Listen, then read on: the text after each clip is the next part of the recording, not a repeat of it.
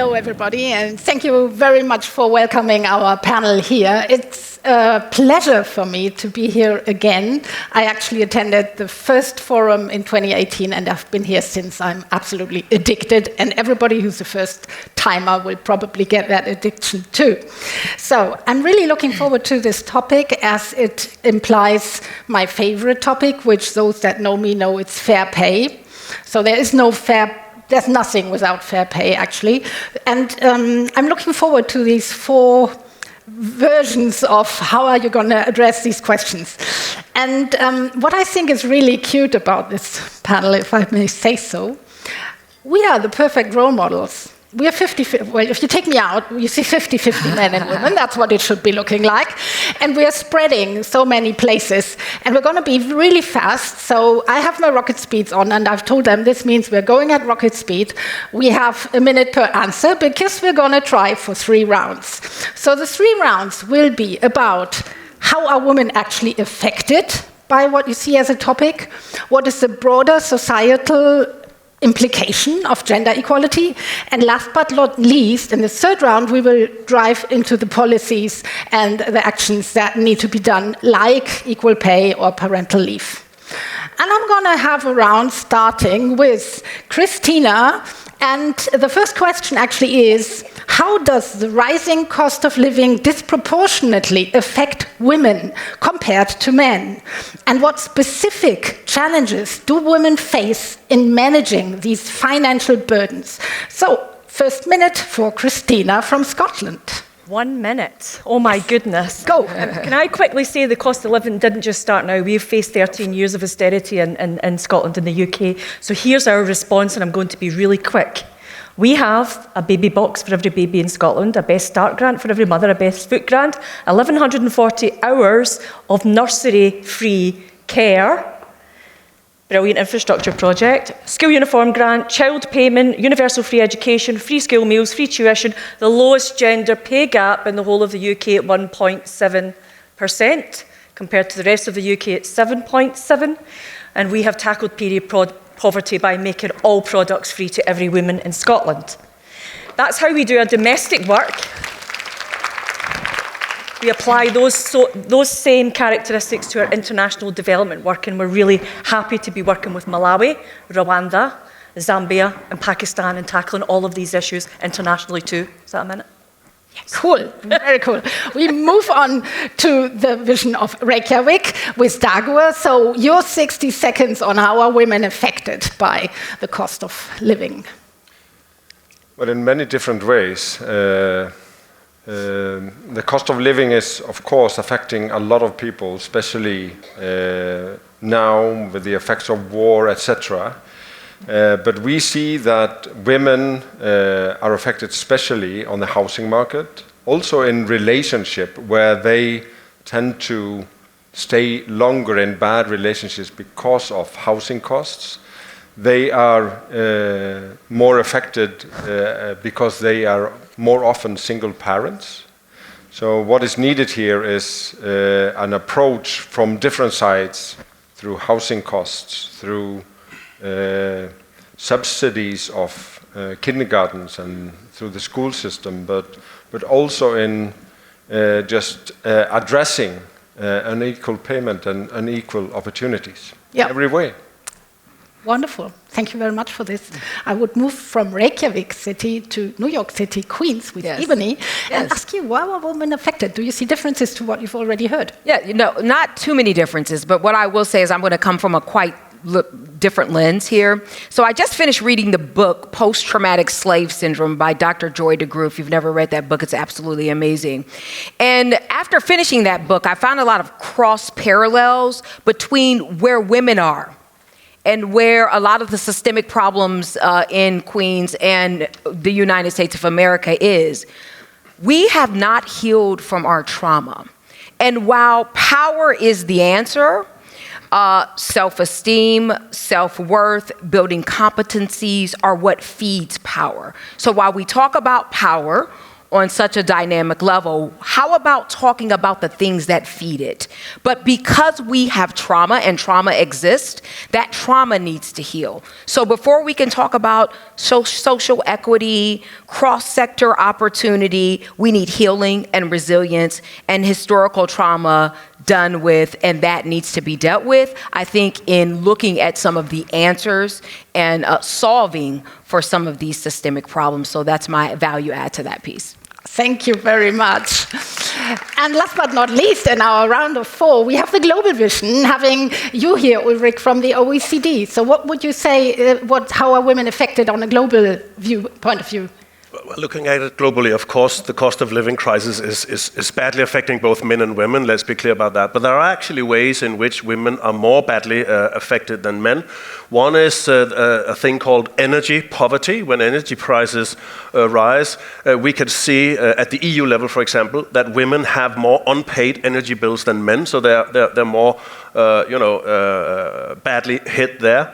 But also, if we look at it broader, not only energy, but also food prices when they rise, and this comes to the point that Dagur was mentioning, the ones that are especially vulnerable here are single-parent families.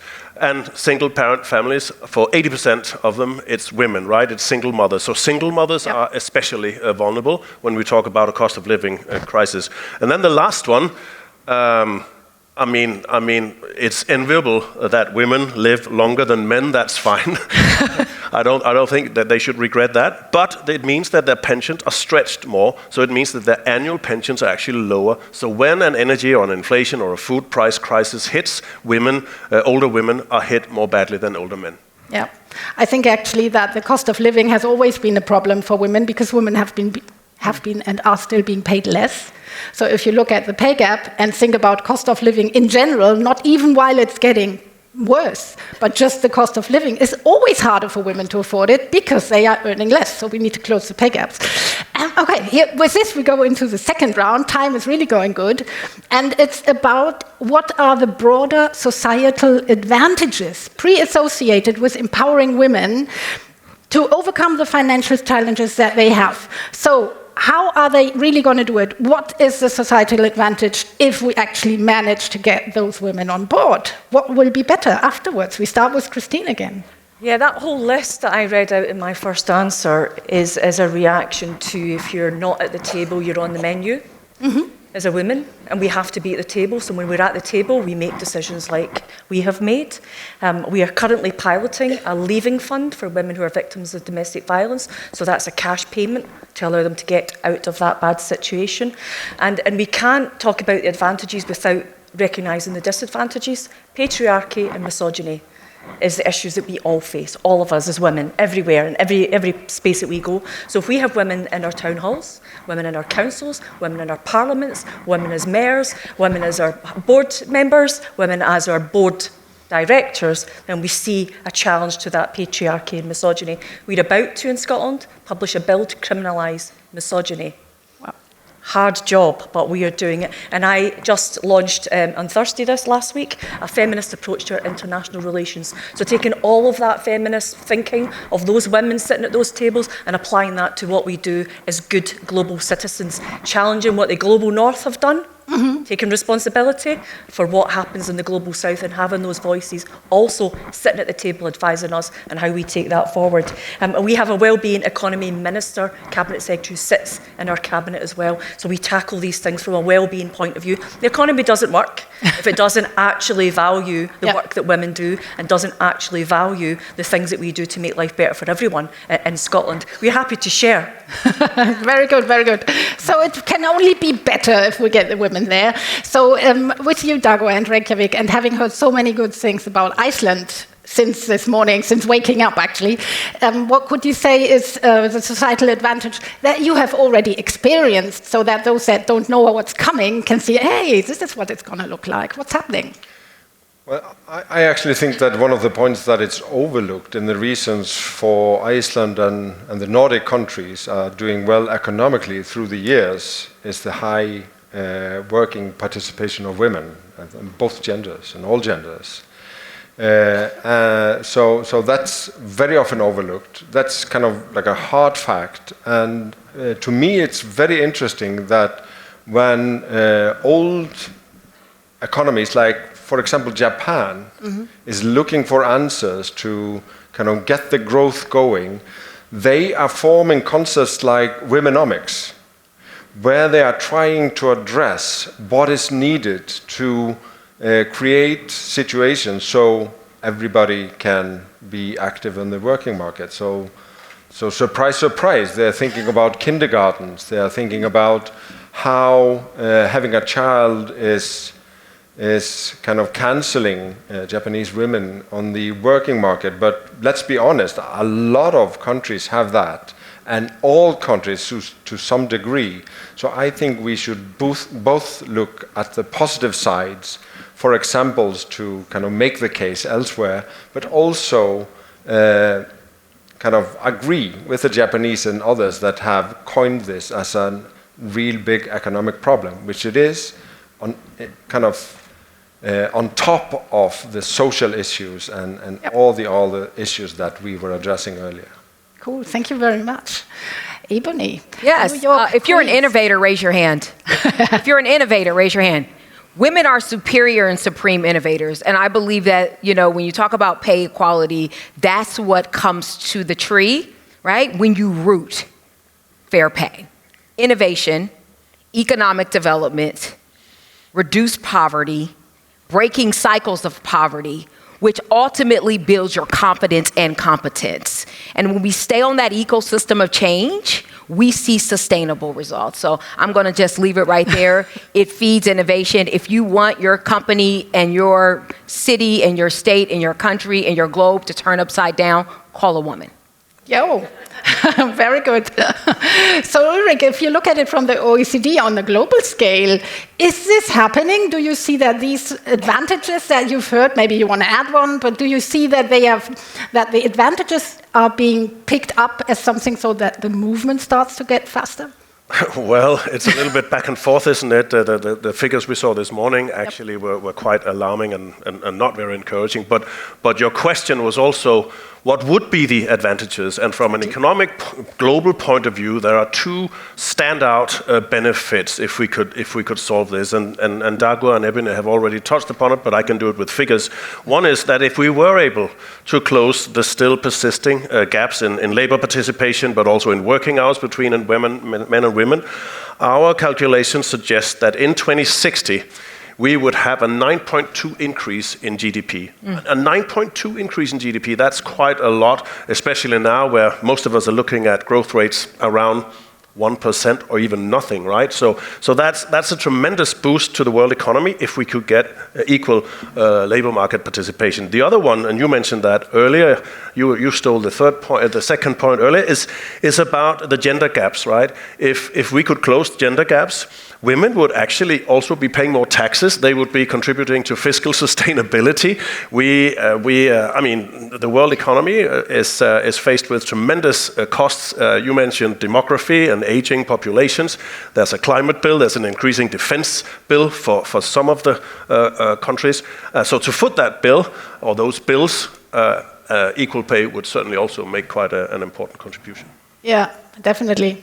With that, we are at our round number 3, and we have 6.5 minutes, so this is going absolutely perfect. Great timing. I love this panel. And in the last round, we want to go to the policies that we need. So we want to have this benefit. We want to get there. We know that just saying that there will be more money later, the 9-point-something%, I know from looking at companies that this isn't enough.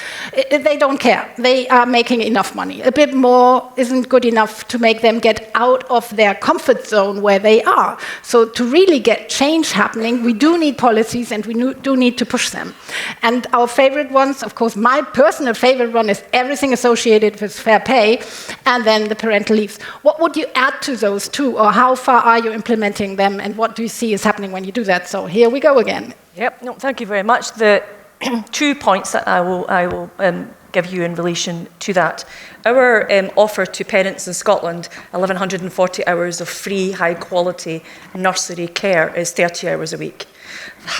What that's created is opportunities for women to go back into education, to go into other jobs, to upskill, all of that, and to just take a job as well. So that's one thing. The other thing is we brought in through our social security system a child payment, and the Poverty Alliance in the UK have described it as game-changing. £25 per child per week, and unlike UK government policies, we have no two-child cap and certainly no rape clause. I wonder which man sat at a table and developed that policy, but none of those policies work unless they have this type of action. So we treated 1,140 hours as an infrastructure project. We treated the child payment as an anti-poverty measure, and we also work with women as carers, because women's care, the care that women do, is undervalued everywhere we go, and we have fair work principles. No one in Scotland public authority gets any money from the Scottish Government unless they comply with our fair work principles, which includes equal pay, and that's why we have the best gender pay gap figures in the UK. Wonderful, that's super good. Thank you very much for that one. So Dagur, what about policies from you from Iceland? I mean, you have the equal pay standard here.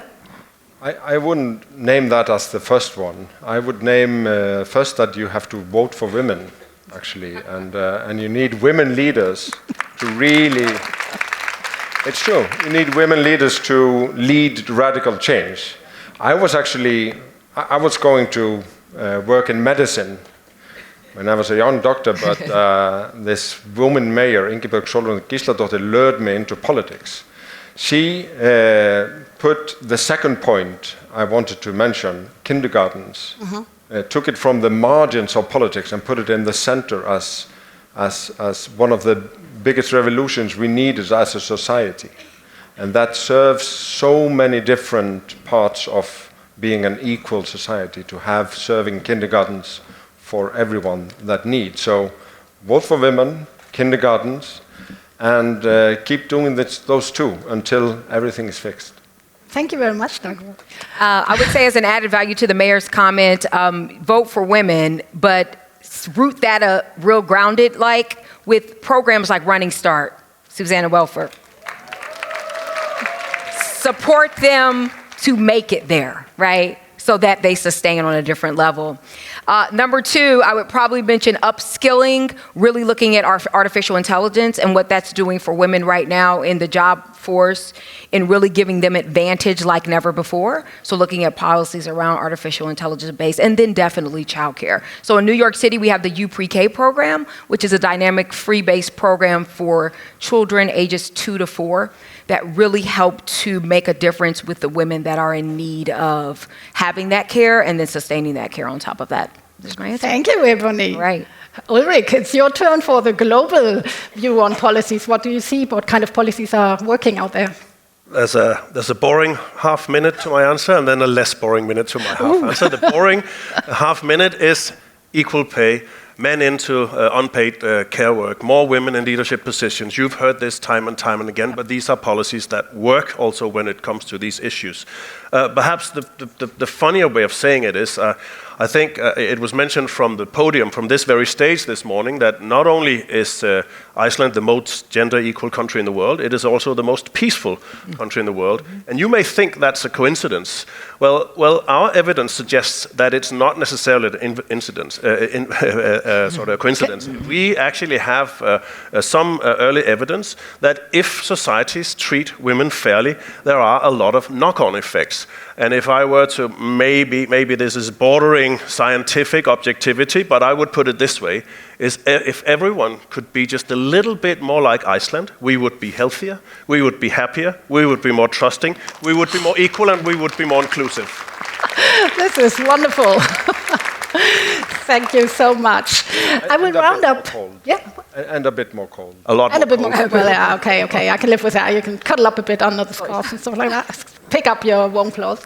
I would like to round this up. We've heard now policies and everything about that, and so that you know a bit what we do at FPI. We are sort of the part that puts the companies on the side. So I say policies are great. I love it, but they never go far enough because you can't really oblige to the last step. So what we've done, we've got a warranty mark, the only warranty mark actually worldwide for fair pay, meaning that companies can get certified when they actually pay fairly, and usually then they are doing a lot better than any legislation makes them do. So it's like, I think, we all need to make a move. We all need to get rid of our stereotypes. We have policies coming from countries, from cities. We see what's happening there. And as a company, we can do our steps too. So in this constellation, I think somebody was talking about 300 years. I always say we've got to get it done till 2030. We've got this 2030 agenda. If we get equal pay and fair pay done over the next 5 years, then we might be lucky enough to finish all the goals by 2030. So that's my ambition. It's 0-0, and we're leaving the stage, and I had a lot of fun with you and enjoyed it. Thank you very much. Thank you. Thank you.